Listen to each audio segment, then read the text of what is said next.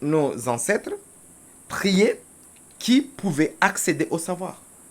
Il y avait toute une période, aujourd'hui les jeunes afro, ils disent période d'initiation, mais il y avait toute une période où tu traînais avec le fondé et le fondé te testait, te calculait, te guidait, te regardait, t'analyser, pour pouvoir jauger si il faut te donner le savoir ou pas. Et ça, on ne nous le dit pas, on ne le sait pas. Et quand on ne sait pas, on imagine. Quand on imagine, on est dans le faux. Aujourd'hui, Fatima Canne à sucre. C'est un livre qui est très très plaisant à lire parce que ça nous rapproche beaucoup du Soudan, en tout cas de Mayotte en Soudan, des Comores au Soudan.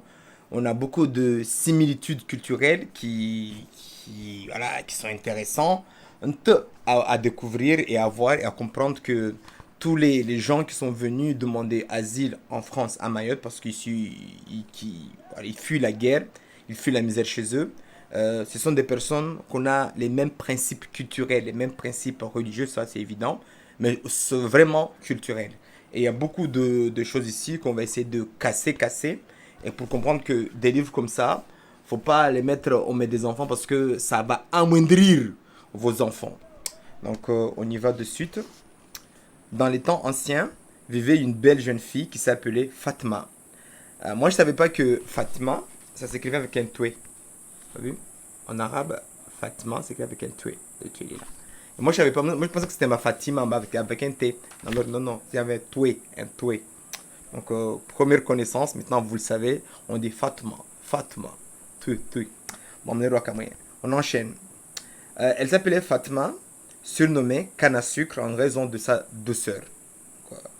Elle avait de grands yeux, de longs cheveux et des dents magnifiques. Moi, j'ai un problème avec les longs cheveux parce que ici, ouais, c'est écrit en arabe.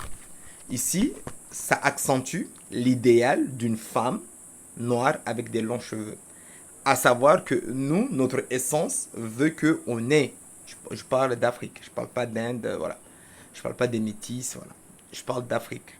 Notre essence est le fait d'avoir des cheveux courts. Non pas pour dire court parce qu'on est moche, non. Notre réalité géographique demande un corps avec de courts cheveux pour ne pas pour aérer. En tout cas, c'est des mécanismes que si vous faites des choses, vous comprendrez. Pour aérer la tête. Les longs les longs chevelures rendent chaud. Ok. Alors que les courts cheveux, c'est des cheveux des premiers hommes, des premiers humains. Ok. Donc, faut pas, faut pas dire que long cheveux est signe à beauté. Alors que chez nous, malheureusement, les gens, on les a menti comme ça, ils portent des perruques, ils portent des faux cheveux, et ça leur dérange pas. Moi, personnellement, une personne qui a des cheveux hyper courts, hyper creepy, pour moi, parce que je ne suis plus malade comme je l'ai pu l'être avant. On enchaîne. La beauté de Fatima éblouissait les gens, éclipsait celle des autres jeunes filles. En gros, elle était tellement belle que les autres jeunes filles, on ne les voyait pas. Les jeunes gens accouraient pour demander sa main et offraient d'importantes sommes d'argent ainsi que de l'or. Ça, c'est les Arabes, quoi. On achète la femme, on achète une fille, on achète. Ça, c'est les Arabes. Totalement ça. Mais la mère de Fatima refusait toutes les demandes en mariage. Juste pour revenir en arrière, chez nous, c'est la fille qui détermine la dot. C'est pas quelqu'un qui arrive, non, non. Et c'est pas la mère qui donne l'autorisation, en tout cas, non, non. Si les deux sont d'accord, on marie. Si la mère ou le papa donne la bénédiction, tant mieux, ne donne pas au mari. On enchaîne. Mais la mère de Fatima refusait toutes les demandes en mariage. Elle répondait: je ne marierai ma fille qu'à un noble, un chevalier ou un prince. Pareil, ça retient encore toujours l'idée qu'une belle femme doit être mariée avec la personne qui a plus de pequeños, qui a plus de. Voilà. Mais pas la personne lambda. On enchaîne, parce que le livre il est écrit de manière arabe, quoi. On lit de la droite vers la gauche. On y va. La rumeur se propagea et l'on disait que Fatma était la cause du célibat prolongé des jeunes filles. En gros, tellement les jeunes garçons étaient focalisés que sur cette jeune fille-là, les autres filles, personne ne voulait les épouser. Tant qu'on n'a pas mis la main sur Fatma, moi je ne me marie pas. Les jeunes filles lui en voulaient et songèrent se débarrasser d'elle. Elles se rendirent chez une vieille femme qui habitait à la sortie de la ville qui leur indiquait un moyen d'éloigner Fatima. Si vous avez bien compris, il y a cette jeune femme. En français, on appellera une sorcière. Chez nous, on peut appeler un fondi ou un majini, un ouemalimou. Et cette femme-là, elle est une personne principale pour ceux qui ont l'économie à Mayotte. Des Mahorais qui ont l'économie. Je répète encore une fois que quand tu as beaucoup d'argent, c'est-à-dire que t'es mère, tu as détourné des sous, tu as beaucoup d'argent dans ton compte, tu as de l'argent dans ta famille, des entreprises, très souvent, ou souvent, tu dois aller voir le Moualimou pour voir si personne ne complote contre toi. Et il y a même des gens qui ont dit que le grand dictature de l'archipel, c'est A, le fondi religieux, A aussi le fondi de Madjin, juste à côté. Et aussi un médecin. Ça pour te dire que les gens de pouvoir ont toujours besoin de cette femme-là. Regardez comme elle est. Elle a des traits noirs, les lèvres, le nez, bon, les yeux, cette chose. Pour dire que, ça entend aussi que la femme Madjini, c'est une femme noire, quoi, tout simplement. Et elle, c'est Fatima, elle est un peu asiatique. T'as vu, c'est elle là. Fatima. Tout ça pour te dire que il y a question qui se pose. Il y a question qui se pose. Et il faudrait faire en sorte que tous ces champs d'aliénation s'enlèvent dans notre vocabulaire, dans notre comportement quotidien.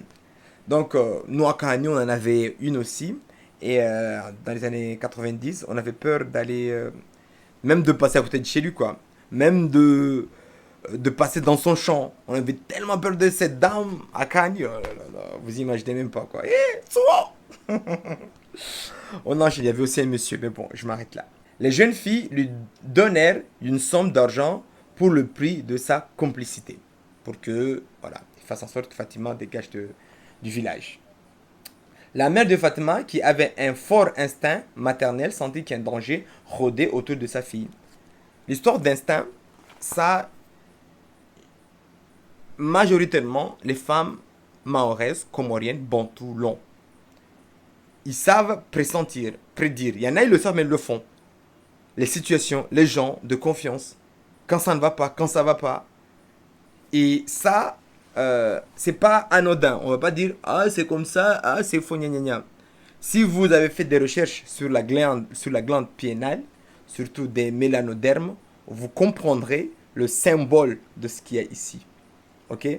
Donc moi je vais pas trop enchaîner, sinon vous allez me dire il est kamite. Non, non, je suis pas kamite moi. Elle lui interdit de sortir et de jouer avec les autres filles.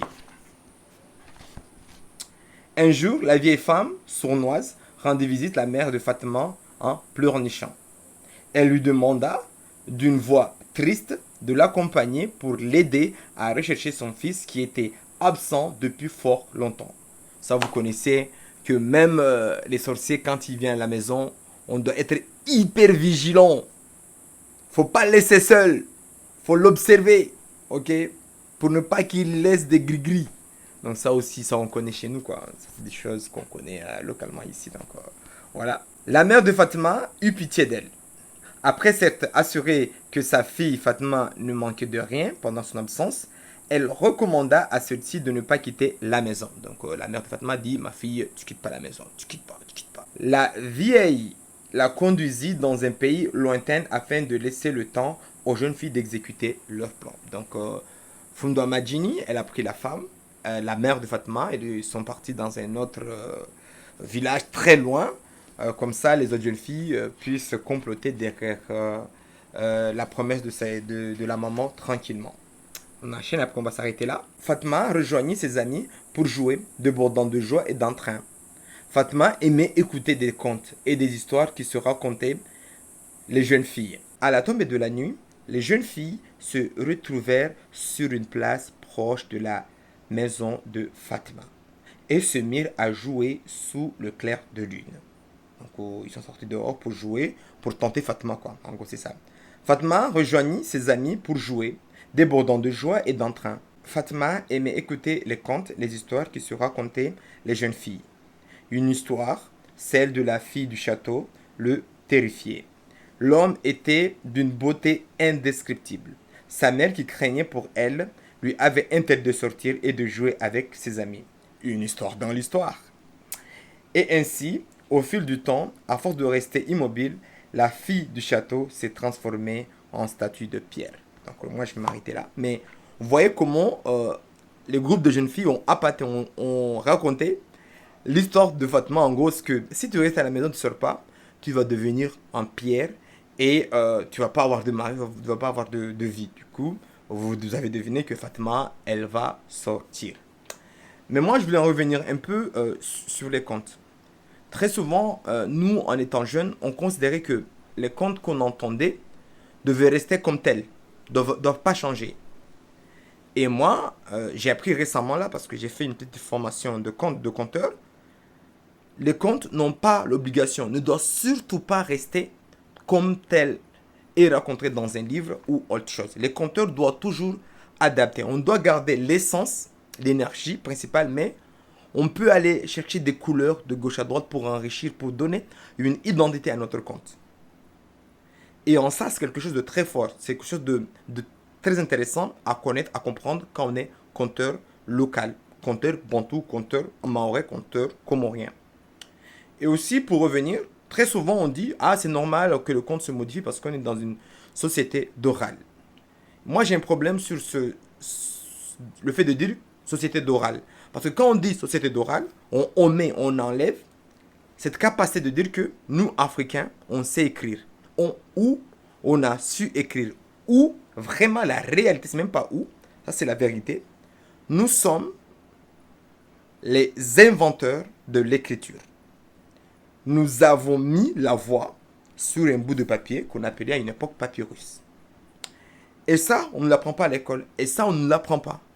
Et à partir de là, si on ne connaît pas, on considérera que la malédiction de Shams est totalement véridique sur nous, que nous sommes juste faits pour être esclavagisés, si on ne connaît pas notre histoire.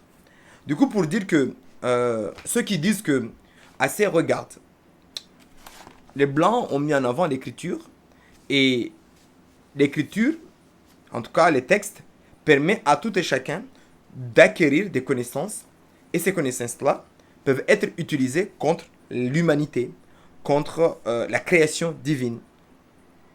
Et moi, je vais vous répondre que sûrement, vous avez raison, si on laisse une connaissance comme ça accessible à n'importe qui, ça peut être dangereux. Mais je rappelle juste que nos ancêtres priaient qui pouvait accéder au savoir. Il y avait toute une période, aujourd'hui les jeunes afro, ils disent période d'initiation, mais il y avait toute une période où tu traînais avec le fondé, et le fondé te testait, te calculait, te guidait, te regarder, t'analyser, pour pouvoir jauger si il faut te donner le savoir ou pas. Et ça, on ne nous le dit pas, on ne le sait pas. Et quand on ne sait pas, on imagine. Quand on imagine, on est dans le faux. C'est ça quand je dis, nous sommes tellement dans une ignorance qui n'a pas de nom. Sachez que c'est vrai et c'est vraiment profond. Donc, si vous voulez le livre, moi je pense que vous devez aller dans les différents bouquineries de Mayotte pour vous l'offrir. Voilà, faites une petite capture d'écran comme ça pour vous l'offrir. Et moi, le livre, j'achète surtout pour inciter mes enfants à lire aussi l'arabe. Parce que vu que l'enseignement islamique originel est en arabe, et pour qu'il ne soit pas malmené, parce que nous là, les idiots, on écoute ce que disent les fondis, mais on ne cherche pas à lire ce que lisent les fondis. Et les fondis vous sortiront le même argument que ce qui vient de sortir là. Ah, tu sais, le savoir divin, il est hyper lourd. C'est pas n'importe qui peut la tenir. Et moi, mon problème, il est là parce que Allah nous a créés différemment. Nous a créés différemment. Ça, il faut comprendre que même ce titre peut résonner différemment en chacun de nous.